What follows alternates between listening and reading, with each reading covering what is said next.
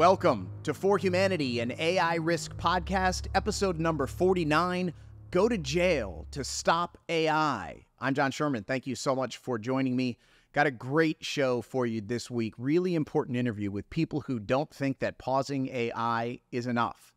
They're willing to get arrested and go to jail to stop AI. I think this is a necessary step, the right vibe, and I am excited to hear their perspective. For Humanity is the AI Risk podcast for the general public. No tech background required. This show is solely about the threat of human extinction from artificial intelligence. So several interesting things before we get to our interview. First of all, I was sick this past Sunday afternoon when Gavin Newsom's cowardly, compromised decision to veto SB 1047 came out, the greatest hope on the planet to date for meaningful AI risk regulation. Gavin Newsom is dead to me now. I'm really disgusted, truly. Big tech has successfully bought off all of the sides. But after several days of being pissed, I've had a bit of an epiphany. Sour grapes, boo on Gavin is not the best path. Nobody likes a loser. Nobody wants to be on the side of a loser who is acting like a victim. We lost. We are all victims, but who cares? The next battle has already started. As the saying goes, nobody cares. Work harder. AI regulation expert Matthew Tabor tells me that a new bill will come back in California in January. That's soon. And that Newsom has said he wants a stronger bill to sign. We'll find out in 2025 if he is for real on that or not. So let's not act like we lost. Here is the positive. We're winning footing. Look how close we just got in California to meaningful AI risk regulation. We are so close. Normally, it takes 3 years to get a new law supported in a state legislature. We are very close after 1 year right now. Our message is, with overwhelming support from both houses and the public in California, we are very close to making meaningful AI risk laws to slow down the AI race. Get on board. We're the winning team. We're this close. That's the message out of California. Okay, moving on. If you missed it last week, there is a brand new just announced AI Safety Summit in San Francisco on November 21st and 22nd of this year.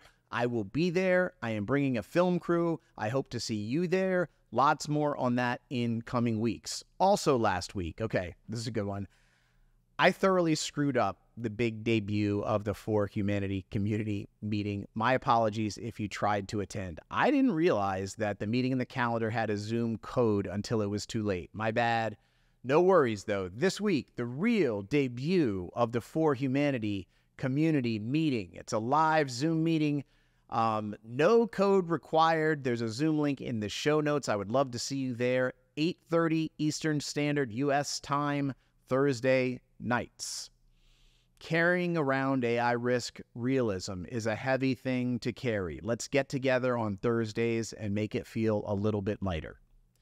Next up, I did a little troublemaking in the past week. I live in Baltimore, and the Baltimore Banner is a really amazing, well-funded, nonprofit online newspaper, and they held a day-long symposium about various topics with all sorts of big leaders. The governor spoke, all sorts of other bigwigs, and of course there was naturally a panel on AI, but it wasn't on AI risk until they read my question during the Q&A. The question reader did a pretty good job. Got the question fairly spot on, but then it all fell apart. Here is the clip. The woman who responds is the head of AI at investment firm T. Rowe Price, a Baltimore institution. And then the gentleman who speaks after her is a big AI department head at the University of Maryland. Please enjoy this madness. Zuri, I believe we have some questions from the audience. Yes, I do. There are plenty here, and they could be generously grouped into a couple of buckets. Concern and deep concern. Let's start with deep concern. The frontier AI labs like Microsoft, OpenAI, Google DeepMind openly admit that this technology is an existential threat to all life on Earth. They don't know how to control their tech destiny. They do not understand how the tech works, they say. How is the existential risk not the most important issue?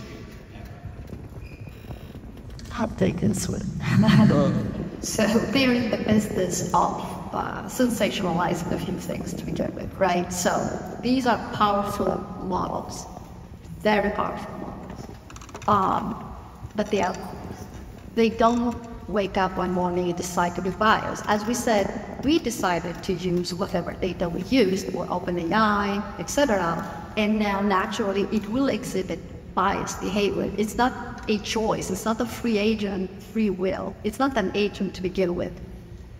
When and if we actually start approaching AGI, artificial general intelligence, you're correct. That's going to be like, hey, what's happening here? But for better or worse, we are nowhere close.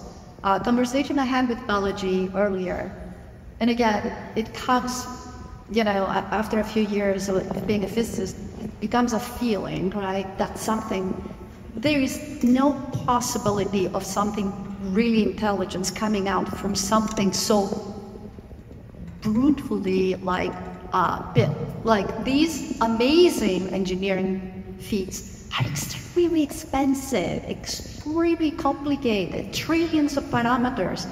Nothing efficient such as real intelligence will come from that. It is useful, and that's where it stops. As experts in the field, we believe that there is symbolic AI that needs to be combined with a kind of paradigm to actually lead to what you're saying.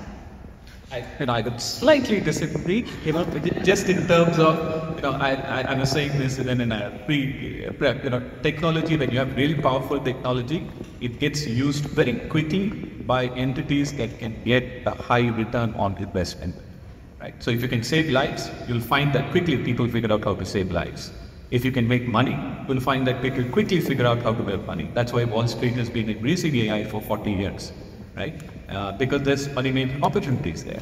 But at the same time, unfortunately, return on investment defined by the bad guys is if you can make it to hammock, you get great return on investment.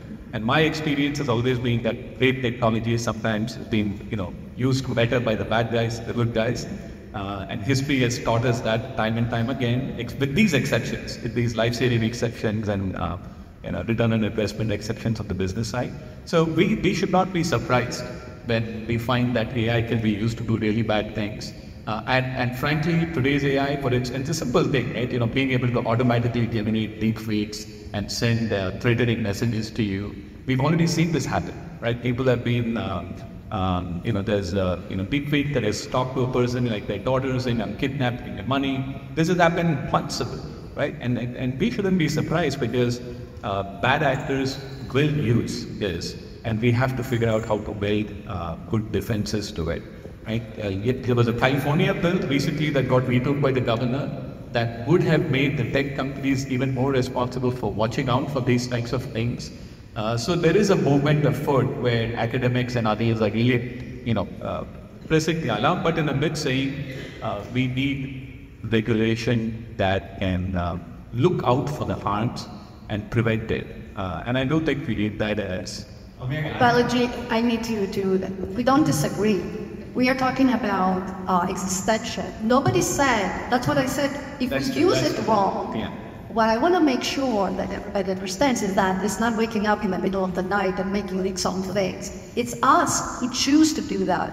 As we discussed, a knife can be used to cut an apple or kill someone. You're not going to call that existential to the knife if I decide to use it the wrong way. That's all I'm saying. Mary, does AWS have enough servers and enough power to create Skynet? Two senior leaders in AI at major institutions poo-pooing AI existential risk entirely. It's sad. Okay, last thing before our interview. This one is kind of fun. So as we have discussed here, I am starting a nonprofit organization called Dads Against AGI.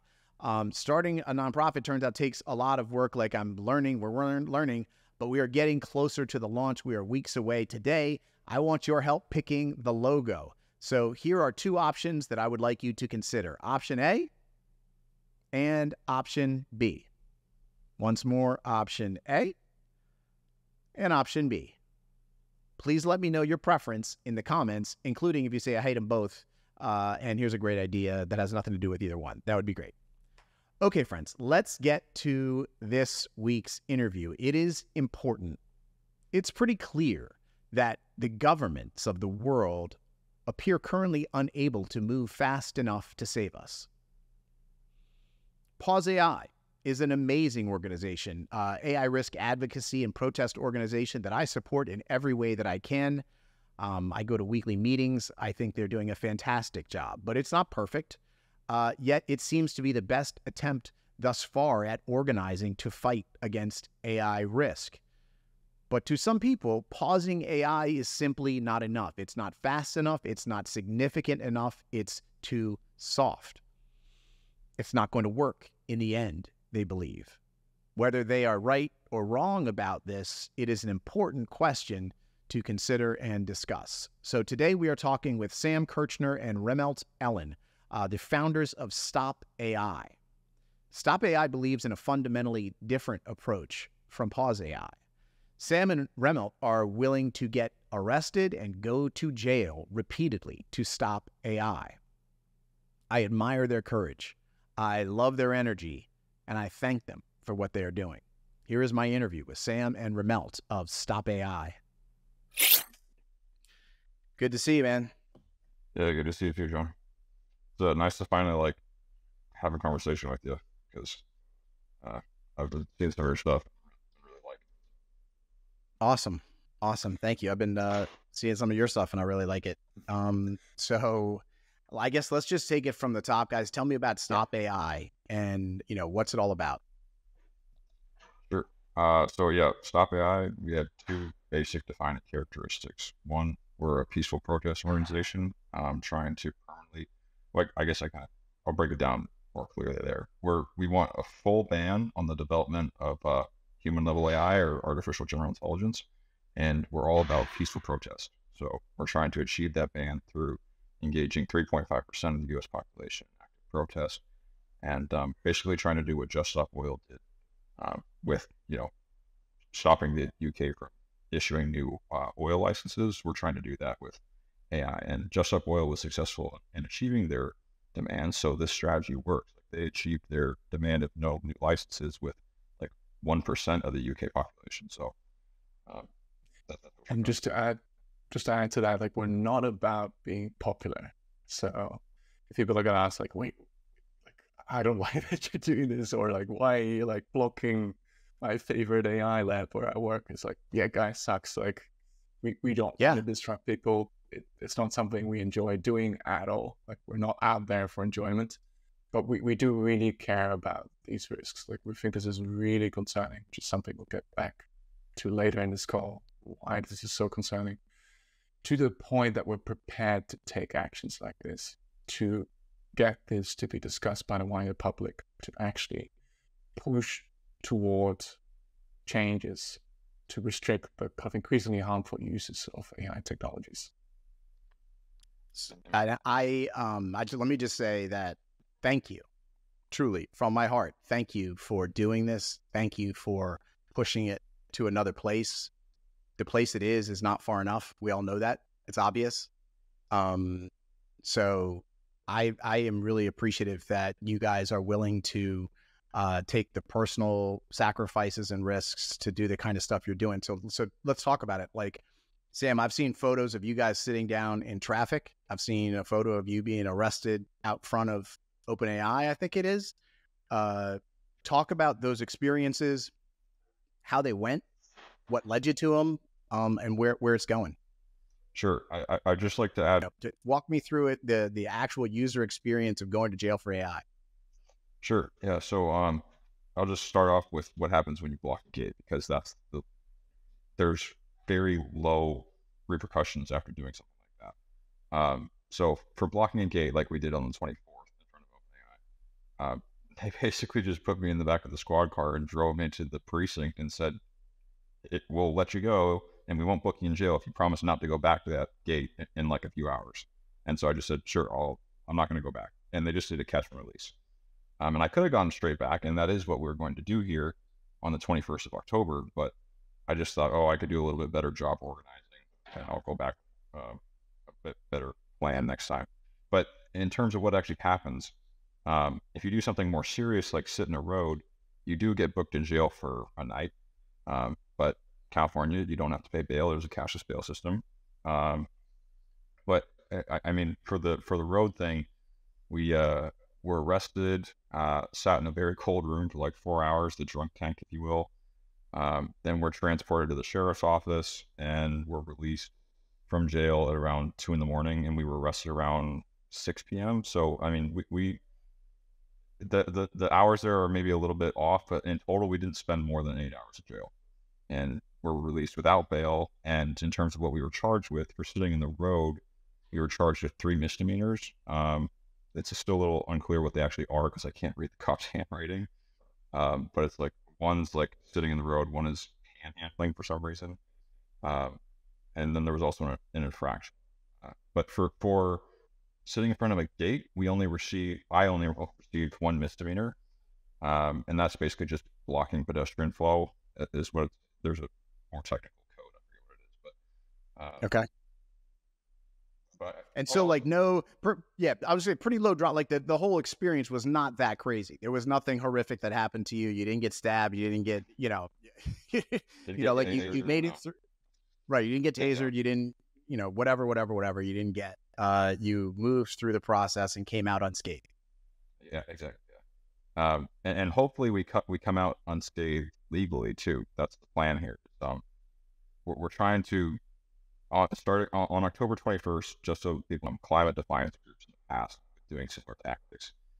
So we're hoping it works for us. And then these actions like blocking gates, maybe not blocking roads, but blocking gates will basically become a non-arrestable offense, and we'll be able to do it till day's end. And that is an instrumental way that you could achieve a stop, is by blocking every single entrance at every AI company. So hold on, let me just make sure I understand this clearly. So first time you get arrested, you go in, but then if you have a judge who says, we accept this rationale, from then forward, you can just keep going back. They can't pull you off the gate anymore.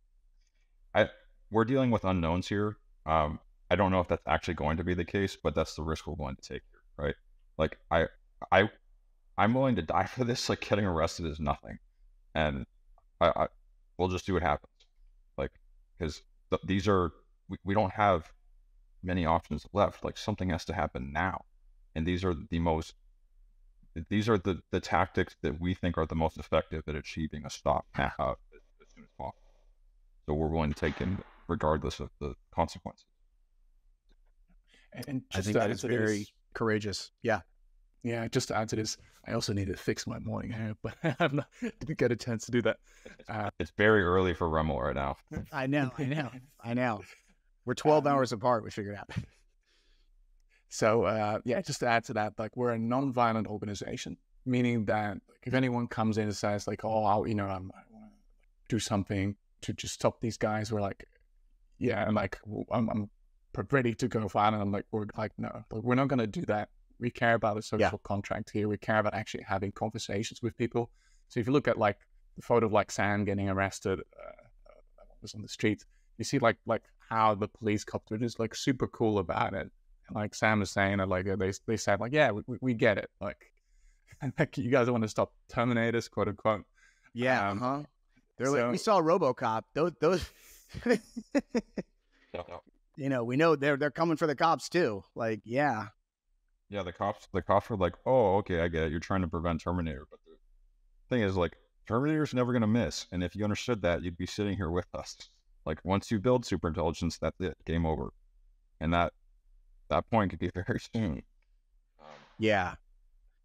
Something that I think is awesome about you guys is, and that has bothered me for a long time in the AI movement that I have observed since I've, been in it for the last year and a half or so, is like, there's a disconnect between the gravity of what we're saying and how we act. Yeah. And it's really hard because it's very hard to act like the fate of all living things is in our hands. Like, what does that even look like? Right. I don't know what an appropriate appearance your countenance is if you are really truly bearing that out. But there's been an urgency to this movement so far, and you guys are cranking it up like 2 notches. And so I think that's awesome. Yeah, there's a lot of psychology behind how people deal with extreme threats. And, peaceful civil disobedience may not work, and this may be a futile effort, but, violence isn't going to work. So we at least have to try. And even if it moves to China, we're still going to try to do everything we can to peacefully resist it. And that means helping the Chinese government, or helping the Chinese people resist their government if the government doesn't listen to their people asking for a stop. But obviously we have to stop it here first. Yeah. So so you really believe that if you can block that gate at OpenAI, that they're not going to burrow through the ground or find another hole, they won't physically find a way to evade? I don't know the building, I don't know the setup, anything, but like, you really think you can grab it by the throat and just cut it off? Let me actually kind of zoom out there and give a bigger perspective. So the way I am personally looking at this is we're one of the organizations out there. It's like with people extremely concerned about what's being done to AI. And like, if we look at OpenAI, it's not even just about extinction risks. Like, basically what they've been doing is they've been just scraping everyone's personal data to kind of auto-program like inscrutable models that are like very poorly designed, and then just throwing them out there and say like, yeah, guys, just use it. It gets used for disinformation and deepfakes. You see how they've treated some of their employees, like just difficulty kind of whistleblowing, non-disparagement agreements, and that's for well-paid employees. And you look at things like they've done to Kenyan workers or other kind of subcontractors, paid them $2 an hour to just collect the most violent, gory sexual contact. They even got Kenyan workers to collect child sexual abuse materials. So if you look at the bigger picture of what OpenAI represents, of course, they talk about how they, want to do stuff for humanity, blah, blah, blah, while they try and accelerate AI development. But if you look at what they're actually literally doing is they're not showing care. They're not showing care for the rest of humanity. And totally, they're basically already breaking the law, or like doing things that should be breaking the law in a lot of different areas. And absolutely. Yeah.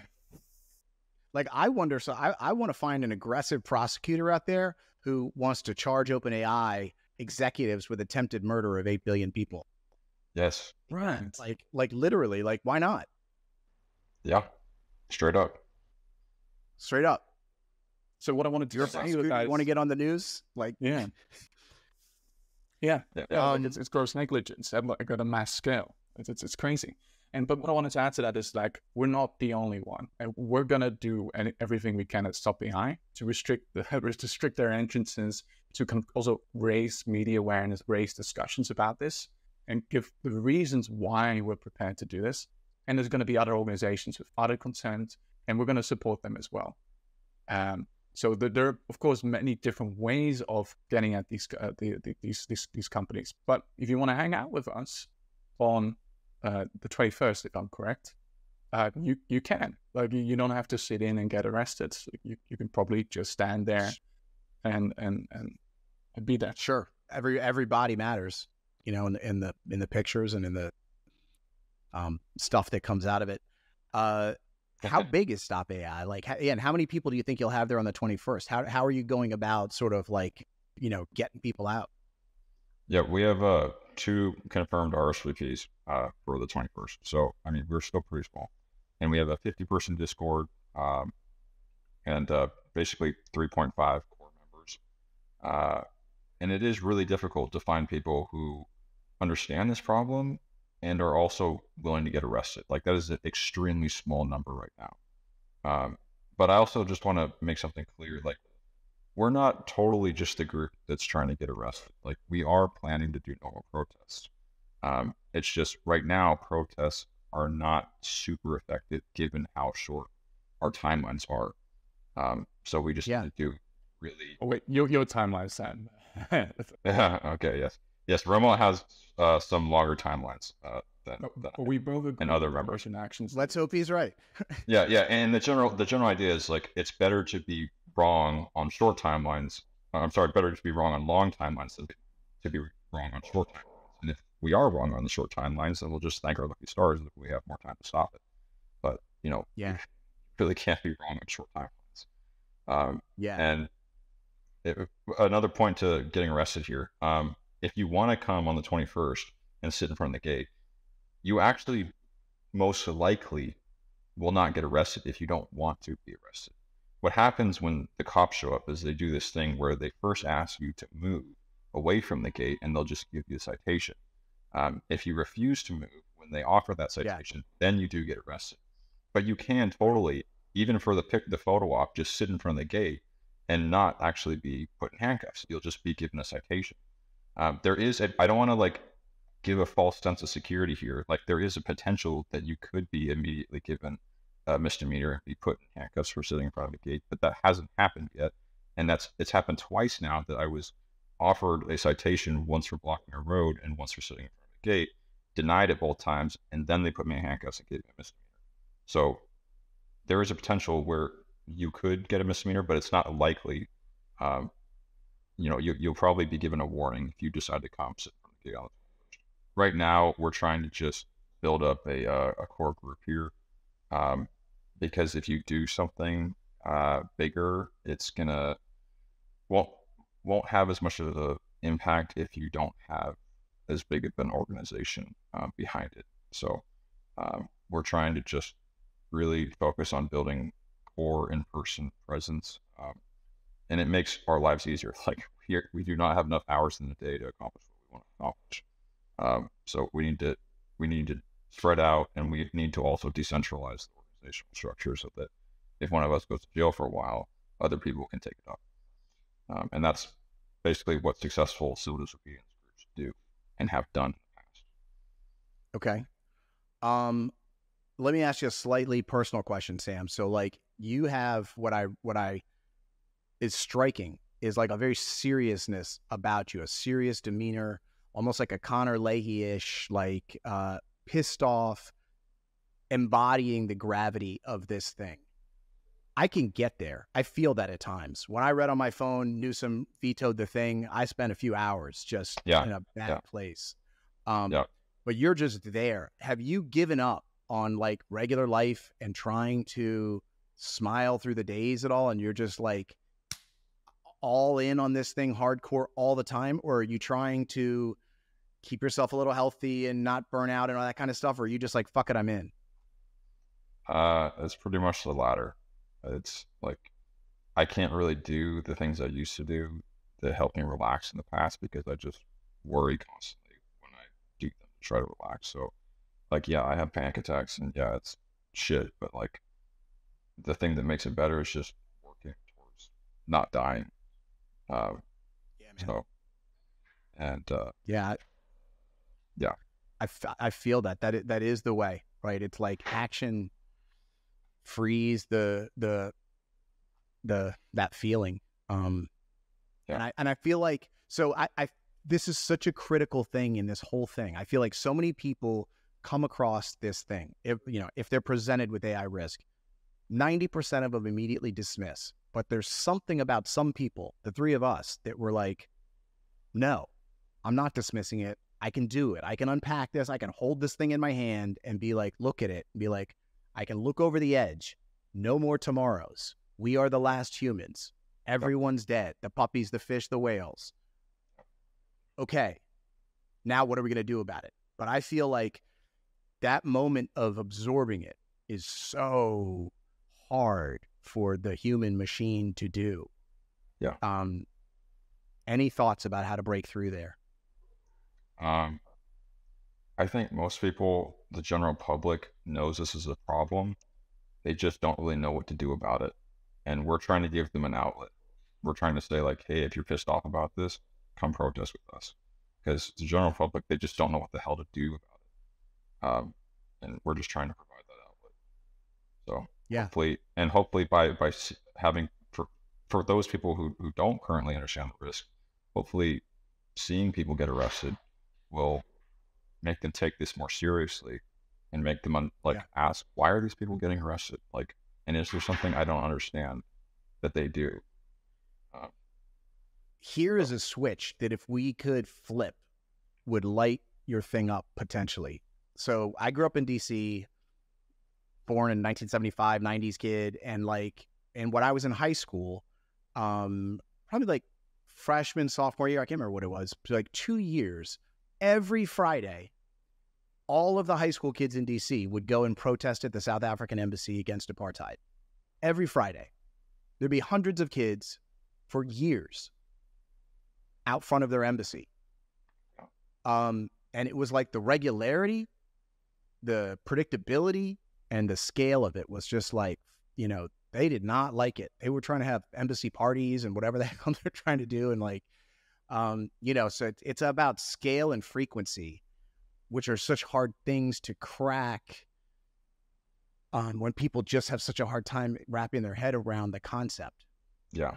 I wonder if there's a way to activate young people, like high school kids, college kids. Oh, for sure.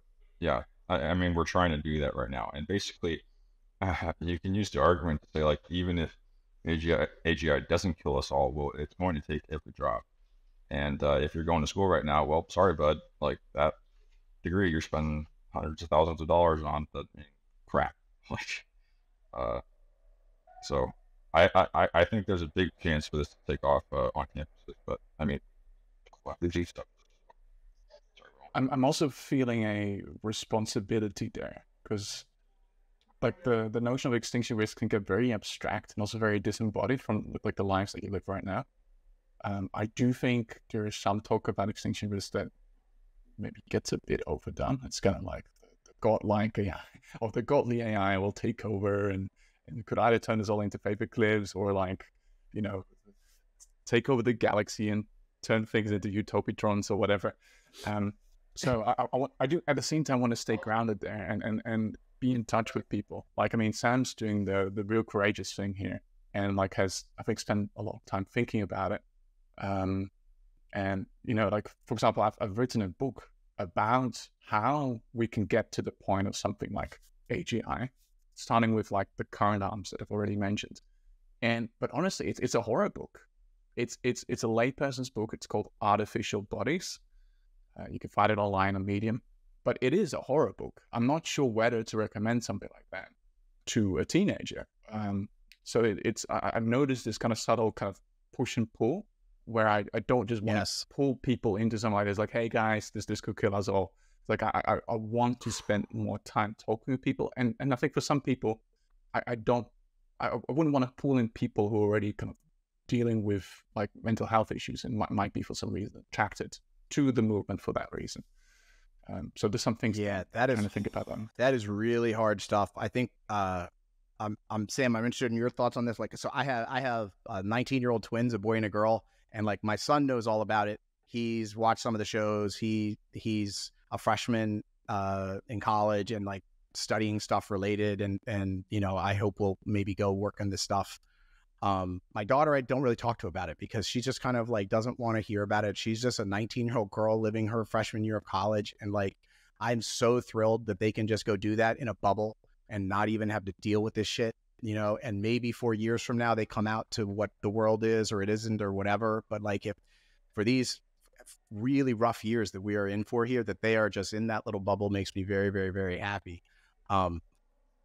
But it is a real thing to like ruin someone's day and be like, hey, have I told you about how we're all going to die?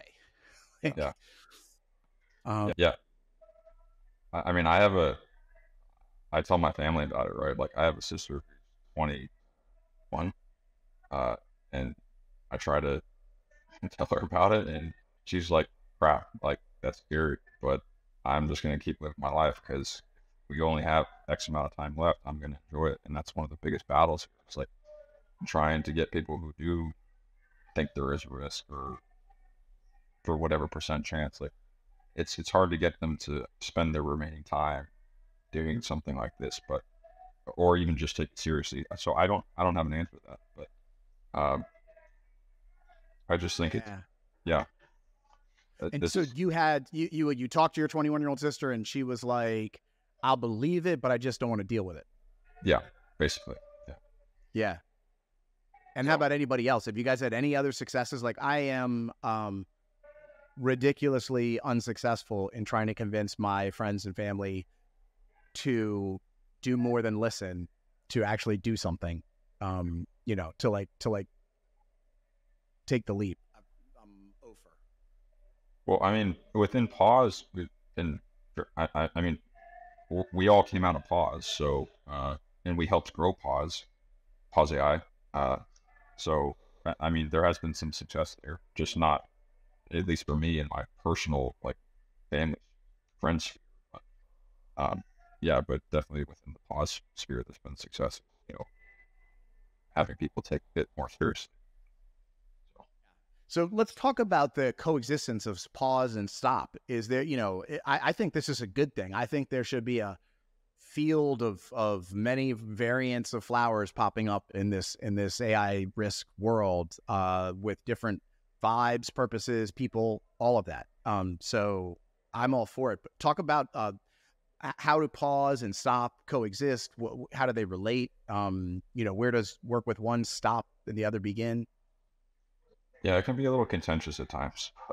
Like, to be honest, I mean, we've helped them and they've helped us. So the defining characteristic between us, though, is, you know, we want a permanent stop to the development of AGI, and they want it built safely. That's the definition of the two groups. Right. And you were saying that you just don't think it's... What's that? Right. And you're just like, it's not possible. You're like, it's not possible to build safe AGI. We're just out entirely. Right. And I think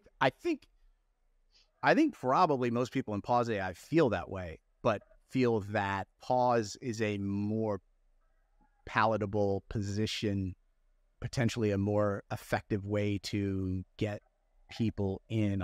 You know, it's a softer sell than you can't have your chat GPT.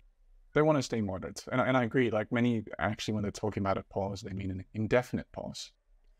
It is tricky. I'm agreeing with Sam here in the sense that even indefinite has, like, if you look at the website of Pause AI, they're still talking about, like, maybe, you know, yeah, like the alignment problem might be unsolvable. So for that reason, we should stop. But you know, like if we can solve it, quote unquote, if the researchers say they've solved it, there is this kind of implication that you could unpause. And I think, yeah, that's there are actually deeper kind of argumentation why this is a really bad idea. Why kind of pausing, even if we could like metaphorically press the pause button, which is maybe something else I disagree with. I think we just need to parallel the restrictions in an ethical way. Yeah. But even if we could unpause for a while and pause for a while and then unpause again, what Sam and I both think is that would eventually cause extinction, like necessarily. Yeah, I agree. I mean, that's the Roman Yampolsky. He was on the show like a month or so ago, and he's basically like, you know, if you do it out to infinite time, exactly. It's not even like, what are we talking about? Yeah, there is no alignment. You cannot have experimental proof that something will stay aligned indefinitely. That is not possible. And I mean, some people are like, oh, we could have this mathematical proof. That's also not possible. And we could get into more about that. But yeah, the whole pause thing is like, to Remmelt's point, like if you have a pause, well, then you're going to have hardware development, and then you have this hardware overhang problem later where takeoff dynamics are way faster. So it's not a good idea. And then what does a pause even mean? Like they're all like, oh, we want this, you know, moratorium, but what the hell do you want to be said on the moratorium? And we at Stop, we have like a very definitive definition of what a stop means. We want compute caps, and we want maybe weight number limits, and we're working with Roman on some other capabilities targeting, but we're talking about anything with capabilities greater to or exceeding ChatGPT 4 needs to be immediately destroyed, and then transition to a much lower flop limit. ChatGPT was trained on about 10 to the 25 flops, and then immediately transition to a much lower flop limit to protect against algorithmic efficiency.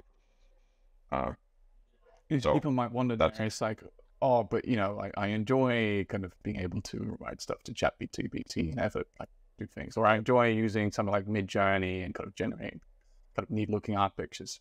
And there's so you'd like to keep that? Well, there are two things to say there. Actually, like I don't think we would entirely get looking to keep that if the compute limits are going low like that. And there's two things to say here. One is that given the stakes, we need to be mature about this. given that the stakes are everyone dies at some point, they're not just humans, but we're just basically destroying nature, like entire ecosystem. So we're just taking everything along with us. Like we need to be mature about this, and then you need to add a big safety margin, given also that algorithms can improve in efficiency over time. Right now, ChatGPT, all these other models are hugely data and compute inefficient. That's not going to last if these researchers keep doing their shit. So that's one thing. And another perspective here is also like, I do think there's a bit of a techno-optimist, kind of techno-solutions mindset in some of the communities we're in touch with. If you look at currently at the kind of the equation, quote unquote, between what these technologies are bringing versus what they're like causing kind of systematically, is that we're talking about deepfakes, disinformation, massive exploitation in various ways. And I think there is a bit of a precautionary principle argument as well. It's like if technology is already destabilizing at this point, so even though it might be useful at the individual level, like some people might find it useful, but if we find out that if we all kind of end up using it, or many people end up using it in ways, and corporations end up kind of, or authoritarian regimes end up kind of leveraging it against us, that things just end up sucking more, then like maybe we should just not enter into that territory. Right. And how do you guys feel about job loss as a tool? Right. I often think to myself, like, if there's a world where we're here 25 years from now, an alternate universe, and we're looking back, how did it happen? I feel like it's possible that not talking about X risk at all and only talking about job loss might be a more effective solution. Even though this show is all about X risk and not job loss. So I don't embody this, but it's a little bird in my head that's like. So this is actually the reason I got involved originally. But I just want to touch on like one other point that we were talking about a second ago. The issue of giving up useful tools. You're always probably going to be paying a price and inconvenience, but you're paying that price to ensure your safety or ensure the preservation of your job. That's the trade-off here, like giving up Siri, giving up ChatGPT. Like we may have to go to a world where we have a zero flop limit on systems that use neural nets. But that's possible. That's not what we're asking for right now. But you're always going to be paying this price of inconvenience for your safety or your job security. But I think people would take it. I think, well, just real quick, I think more people would take that than we think. And I was listening to a thing the other day that was like, if you said to teenagers today, 15 and 16-year-olds, you could have social media or you can eliminate it from the world. Mm-hmm. Which would you take? They might kill it. Yeah, I can't, I don't know where this poll is, but I actually saw something that sort of supported that, that said like a greater than 50% of teenagers didn't wish they could get rid of social. I don't even want to talk about it, but yeah, that idea is out. So I don't know the poll, but it's out there. Okay. But in terms of job loss, like this is actually what got me to get off my ass in the first place. Like a year or so ago. So like I like building things. I like feeling like I have the opportunity to discover new things, and I would probably kill myself in a world where AGI made other cool discoveries for us. That's why I dropped out of school to do this. And, I don't think that we sort of call this the purpose threat argument, where people will lose purpose in life if AGI does everything for us and takes every job. But the purpose threat argument is much less important than the extinction threat argument for obvious reasons. But at the same time, like if you're really actually serious about the purpose threat argument, the extinction threat argument is secondary, because you would end up killing yourself anyway in a world where we don't die immediately from extinction. So I'm not saying people have to do that. It's just like, I would be, and I don't know for certain if I would kill myself in that world, but I would damn sure be very depressed. And there's a very good sci-fi series called Culture Series by Ian M. Banks, and it's sort of widely pointed to as like one of the best representations of a post-AGI society where people haven't died yet. But in that book, the author's like, oh, every problem's been fixed by the AGI minds. Cancer's been cured. Climate change is fixed. People can live forever. But the one problem they just can't fix, these ASI minds, and they can't fix for the humans, is the humans just feel bored and useless all the time. And that's actually what got me involved, like, and got me off my ass, because I was, asking a very dear friend, I was like, who was an engineer, like, would you want to live in that world? And they said no. And I was just like, oh, that's one. And then I asked my department leads where I was going to school, like, would you want to live in that world? And they said no. I was like, wow, I'm not alone here. That would actually suck. So. Wow. And have you heard Mo Gaudat's thoughts on this at all? He was the 12-year head of Google X business unit. He's written a bunch of books. He's got a different thought about this, but I don't know really where I fall. So he thinks that basically, like, we have been living as humans in scarcity conditions for a very long time, and we used to live in abundance. And so when we were hunter-gatherers, we lived in abundance, and we basically just spent our time, leisurely, like talking to each other, connecting, very low, analog, lo-fi. Then all of a sudden, someday, agriculture is invented. Somebody picks a seed out of the ground, draws a line in the ground, and says, what's on this side is yours, and on this side is mine. And now all of a sudden, we've gone from everybody sharing everything to one guy's got 2 trees, the other guy's got 1 tree. Now he's got 20, and the other guy's 1, and it pulls apart. And so his theory is that if AI brings us the world of this utopic abundance, as he talks about, that it will get us back to living in our natural condition, which is abundance, where we are not fighting for the same resources and the scarcity mindset that we are currently living in. Does that do anything for you? No, because I think UBI is total crap, and we can go into why universal basic income is total crap. Jerome Lanier, sorry, So Jerome Lanier, the lead. Lanier is a wild one. That guy makes me crazy. What about him? Well, okay, so Jerome Lanier, for those who don't know, is like the lead AI scientist at Microsoft. And he has this, I'm just going to paraphrase this quote here, but he says, like, universal basic income is just idealistic communism. And every form of idealistic communism in the past has failed because the systems for distributing the funds are always corrupted. And we should have learned that by now. And the system for distributing the economic output of the superintelligence will be corrupted, and people will starve. And that is the issue here. But even if you did have a system where you solved that distribution issue and everyone lived in, total abundance, people who actually like making discoveries in their life, and that's their primary drive to get out of bed in the morning, you cannot artificially provide that for them unless you have some wire-heading situation like the Matrix. And then once they escape the Matrix, they then understand they're no longer top dog, and they'd be depressed again. So, like, sorry, Ron. So I think this is a thing that I think tends to get ignored in technology circles, which is that people are very good at thinking about causality. They're very good about thinking like, oh, how could the future look like with different predictions? There's a lot of hype, but let's put that aside. What people are very bad at is enabling choices. So actually kind of like, how can we be in community? How can we support each other, give each other the most freedom to kind of live our lives in a healthy, kind of full and in abundant ways? And so when I'm hearing you say that, John, about Mo, or works at Google, saying like, okay, what we used to be in this state where we had this kind of egalitarian kind of setup with like communities, like tribes, being able to kind of explore their environment, living with nature. And now we're at these, like, then agriculture came, and now we shifted to this kind of very hierarchical kind of corporate setups.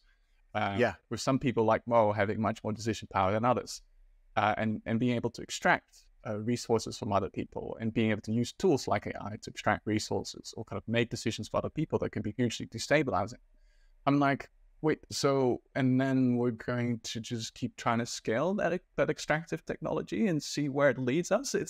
It doesn't feel like a very deep assessment of what's going on here.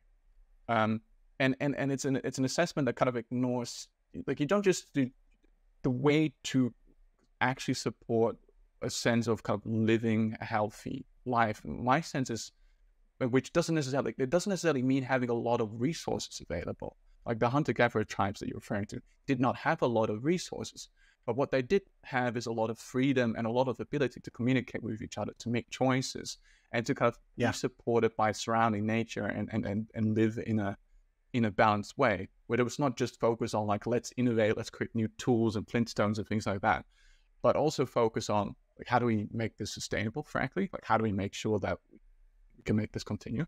And how do we do this in a conscientious way? How do we do this in a way that includes everyone? I mean this in the kind of, the least kind of like ideologized kind of woke way, like even though like there's parts of woke that I agree with, but what I mean with inclusion is actually just consider other folks, like just actually consider the effects that your actions have. Design in a way that's comprehensive, that allows other people who will be affected by this to participate. And to be fair, or to be honest, none of this we're really seeing by AI developed by these corporations. There's some independent research groups that are pushing this, like distributed AI research institute, but yeah, like these AI companies are not doing that. So it feels like a kind of a profound argument that I'm hearing from you, John, from Mo. Yeah, but it also seems like it doesn't hold much water. Yeah, I've heard that about this argument.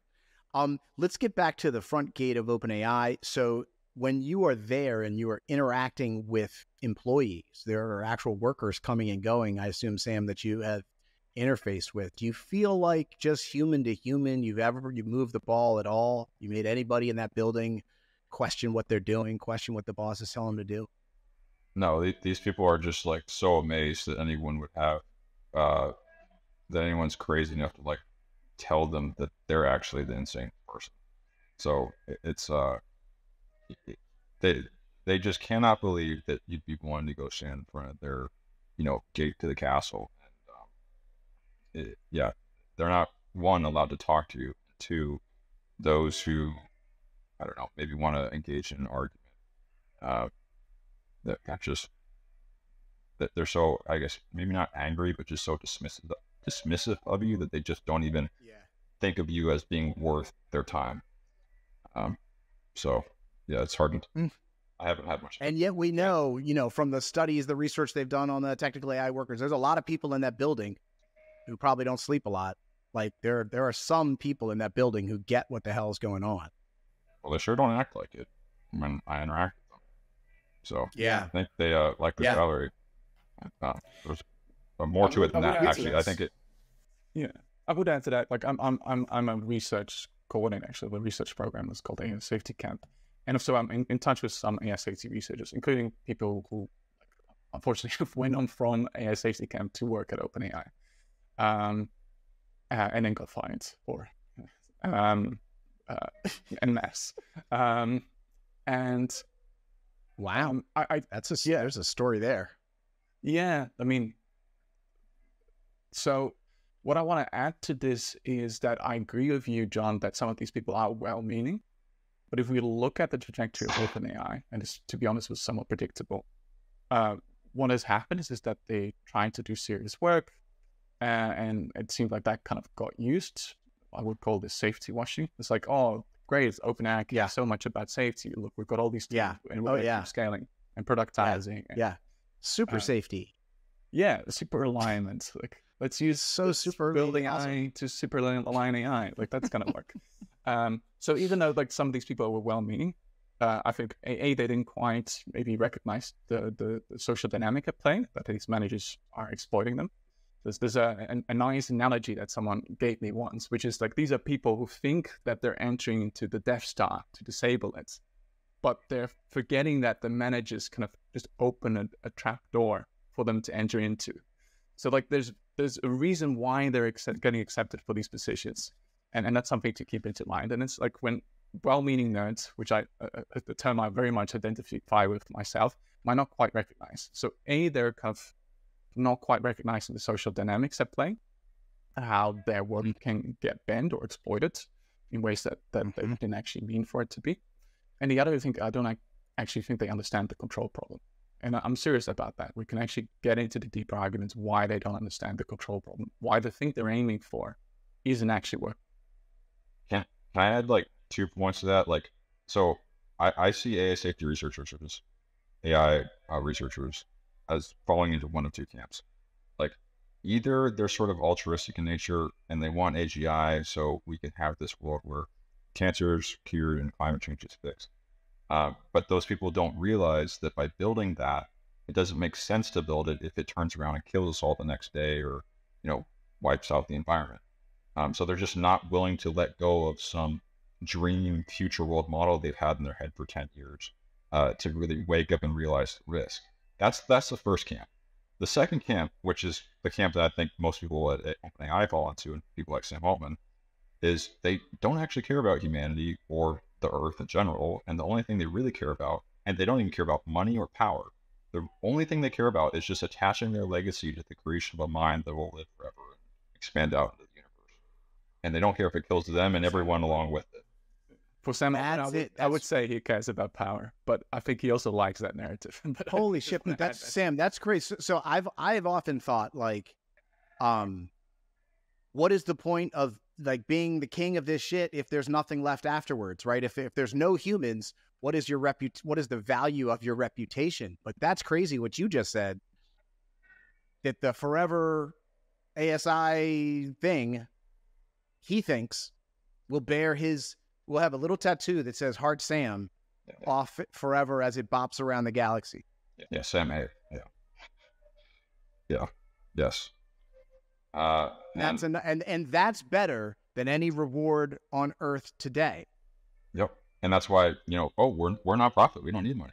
Oh, like all this, he's just lying through his teeth. Yeah. It's, and like, oh, we're going to have time to like have people, go pursue the things they want to do. Right. When like we have ASI and like, we're going to have this great future they're just lying about all of it. They're going to say anything. They will downplay any risk or any possible bad future just so they can get to that end goal they desperately want, which is attaching their legacy to that creation of that mind. Because I'm agreeing with this, but I'm also just imagining like how intoxicating must that feeling be to be the one to put to feel that you're the one putting your kind of fingerprint or your name on. Oh man. And it actually just adds to that kind of social kind of like power dynamic as well. Like to say that or like to imply that you're that kind of person. So it's kind of weirdly reinforcing back and forth between people who like the idea of gaining social influence and power and like that notion of like being timeless or like not dying out or like being the one who has like this huge impact on the world. It's kind of crazy. I once had a private conversation with an individual who ran for president of the United States. And he said to me this, and I'll never forget it. He was like, once you can look in the mirror and see yourself as the president, you never see yourself the same again. And as I think about Sam Altman, maybe he's looked in the mirror and seen King of the Universe. And he just can't see himself the same way again. And all points lead to that end. Yeah. Yeah, it's I mean, the interesting thing about legacy here is like, right, it's them trying to, cement their legacy in the stars versus us trying to just protect the potential for any normal human to even have a legacy. Like if AGI in the world where like we still live and AGI does everything for us, people won't be able to have much of a legacy aside from interpersonal relationships. And this was sort of my driving force in the beginning. It's like, I want the opportunity to discover something and have that, be what I'm known for after I'm gone. And a lot of people have that same driving force, get out of bed in the morning. And that's not going to be it. Yeah. Do it in a way that disables other people from making choices themselves. I think that's frankly evil. It's almost a definition of evil, of just stopping. Yeah. Like, to not let others live their lives. It's unthinkable. All right. Go ahead, Sam. Oh, I was just going to say, it's like, to Remmelt's point, it's extremely undemocratic. Like, they're building this thing, even though the public majority has already said we don't want it. That's 63% goal. And I mean, in general, most technological revolutions and building stuff is usually pretty undemocratic. And like, I would personally feel angry if someone told me I can't build something that I want to build. But when you're talking about altering the starting point where we come out of the womb and no longer are able to be on a level playing field with our peers because this thing is just so much smarter than us at the get-go, that's where it's kind of... Yeah. Yeah, and like you can't build a bomb in your garage next door that blows up my house and be like, I was just trying to build the best bomb. Like what? No, not at all. All right. So let's talk about the future a little bit and then try to end with something hopeful as I try to do. So we've got October 21st at OpenAI. You guys are trying to get as many people to come to just be a part of it. You don't have to get arrested if you don't want to. You can show up and be a part of the protest. Everybody come out. Is there a time? Is there what other direction do you have about the 21st? Yeah, 12 p.m. October 21st at 575 Florida Street in San Francisco. It's also known as 1960 Bryant. 575 entrance is the east side of the building. I don't want to get that wrong. It's one of the sides of the building. But if you just show up, if you type into Google Maps like 575 Florida Street, you'll know where to go.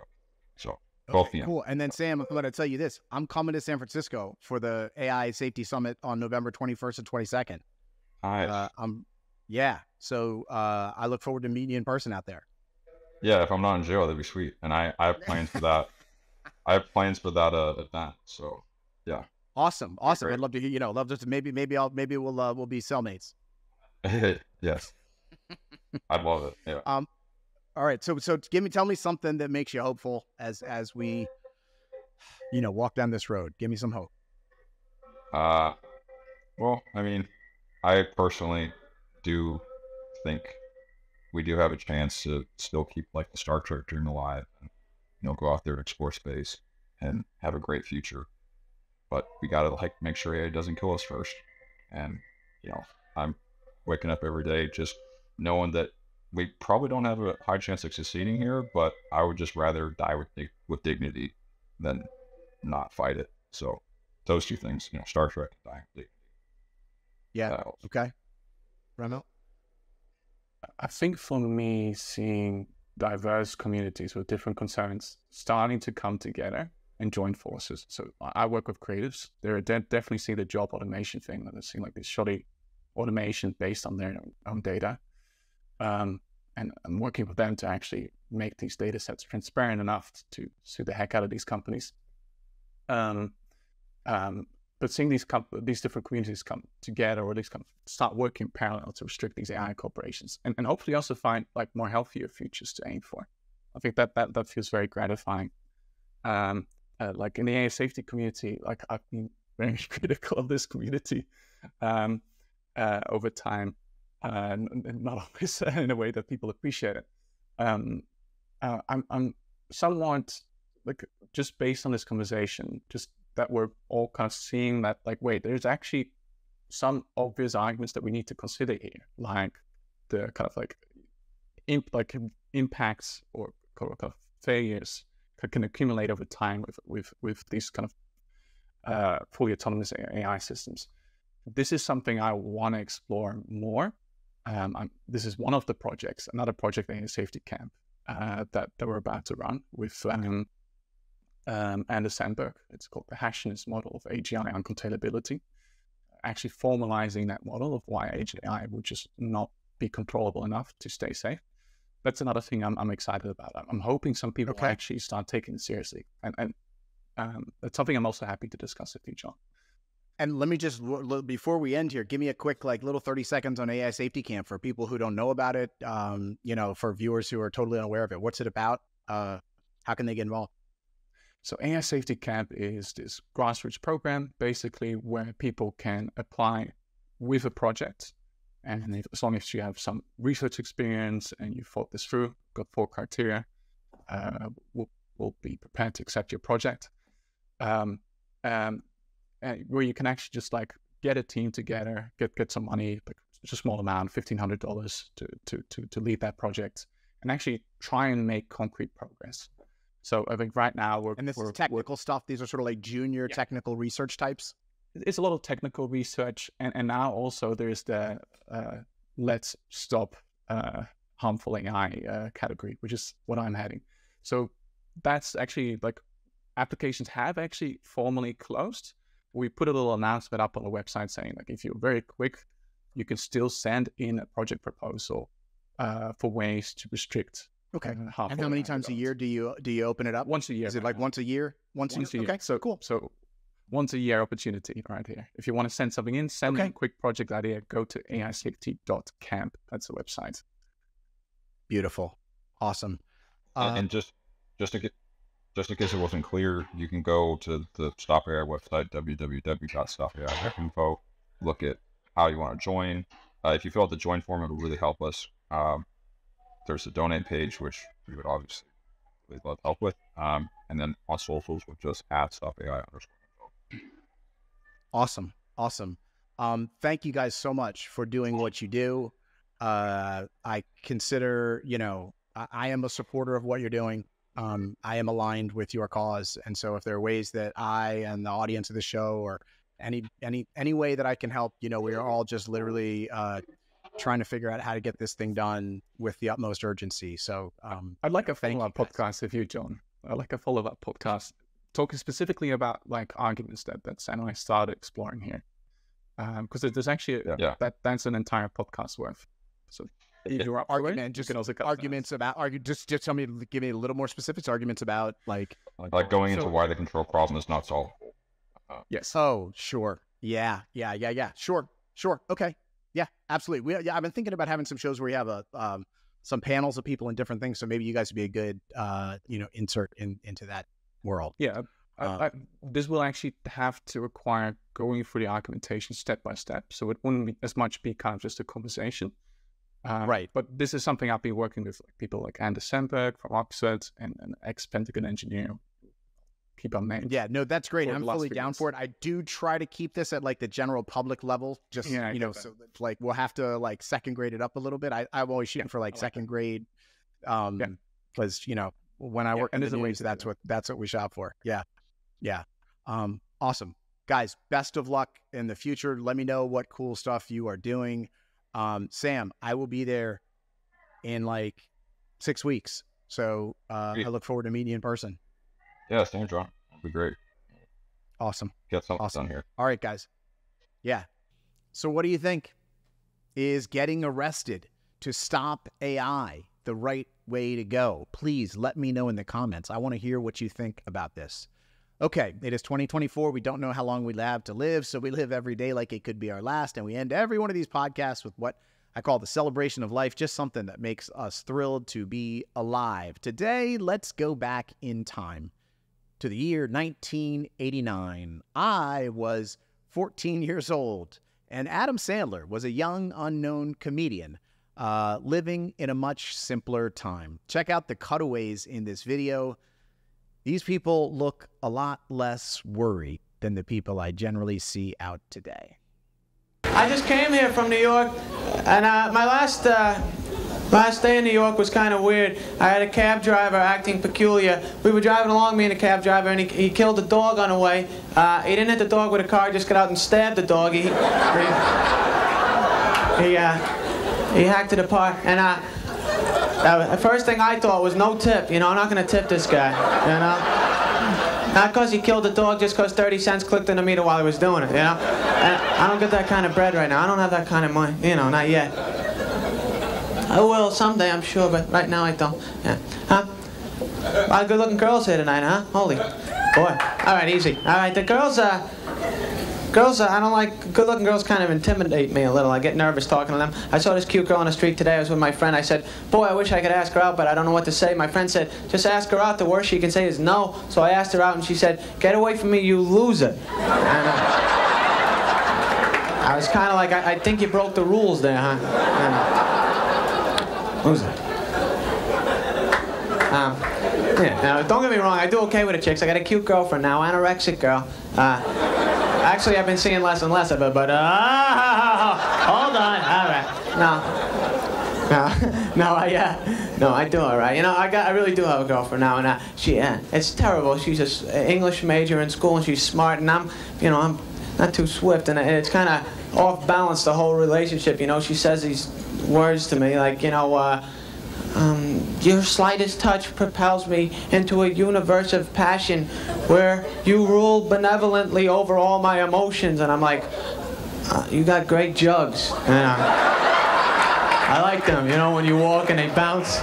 I like that, how they bounce. You know, you don't even know what they're doing, but they're bouncing. It's cool the way that works. Yeah. I'm not that dope. You know, I'm not, I mean, I finished a big book the other day, 421 pages. That's a lot of coloring, you know, when you think about it there. I had crayon cramp for a while, a little crayon cramp, but I went through with it. I did it. You know.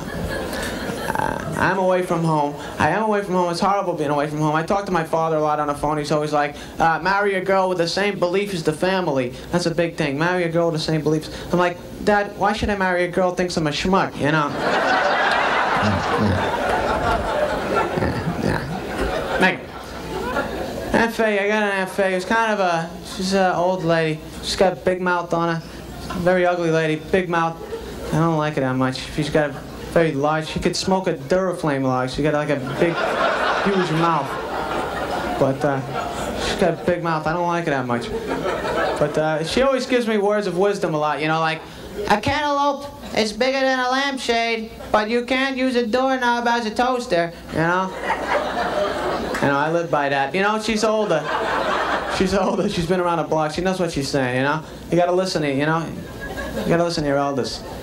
My grandmother's an old lady. She always says the same thing to me, too. My grandmother, she says, I am old, but if I had a chance to relive my life, I wouldn't change a thing. I have no regrets. That's a little stupid. I'm 22 now. I think I changed a few things. Like, when I was 15, I fell down a flight of stairs. I think I'd hold on to the handrail next time, you know.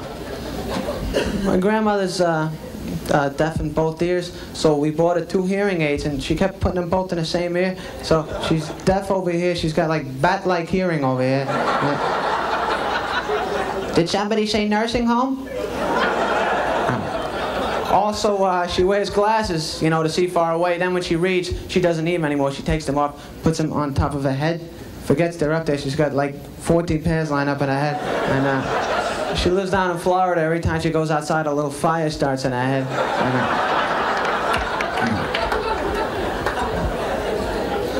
Well, I haven't been feeling well lately. Been a little sick. I'm all right, though, thanks. I'm feeling a little better. When I'm sick, my mother's always telling me, drink liquids. Drink liquids. That's a big thing. And I think she's right, you know, because every time I drink a solid, I choke. I was drinking a steak the other night, and I found it to be very uncomfortable, you know? I was going, ah. It was a big steak, you know? I should have chewed it. Should have chewed it. No. I lived in New Hampshire for a while, and I'm Jewish. Being Jewish in New Hampshire was kind of difficult, you know? A lot of the kids started trouble. Some of the kids, anti-Semitic, used to throw pennies at me, but I saved those pennies, and now I have my own business. And I make them all work for me. And I make them call me Mr. Boss Man. Being Jewish in a non-Jewish town was the worst. Yeah, I played in the church league basketball, and I was on St. Catherine's, and the only Jew on the team. Every time I'd walk out on the court, they'd blow the whistle. Foul! I was like, I didn't do anything. You killed Jesus. All right, folks, thank you very much. Enjoy the rest of the show. A simpler time. I remember those days. Okay, my friends, please remember, AI risk is not someone else's problem. It is yours and it is mine. Quoting Margaret Mead, never doubt that a small group of thoughtful, committed citizens can change the world. Indeed, it is the only thing that ever has. For humanity, I'm John Sherman. I will see you right back here next week.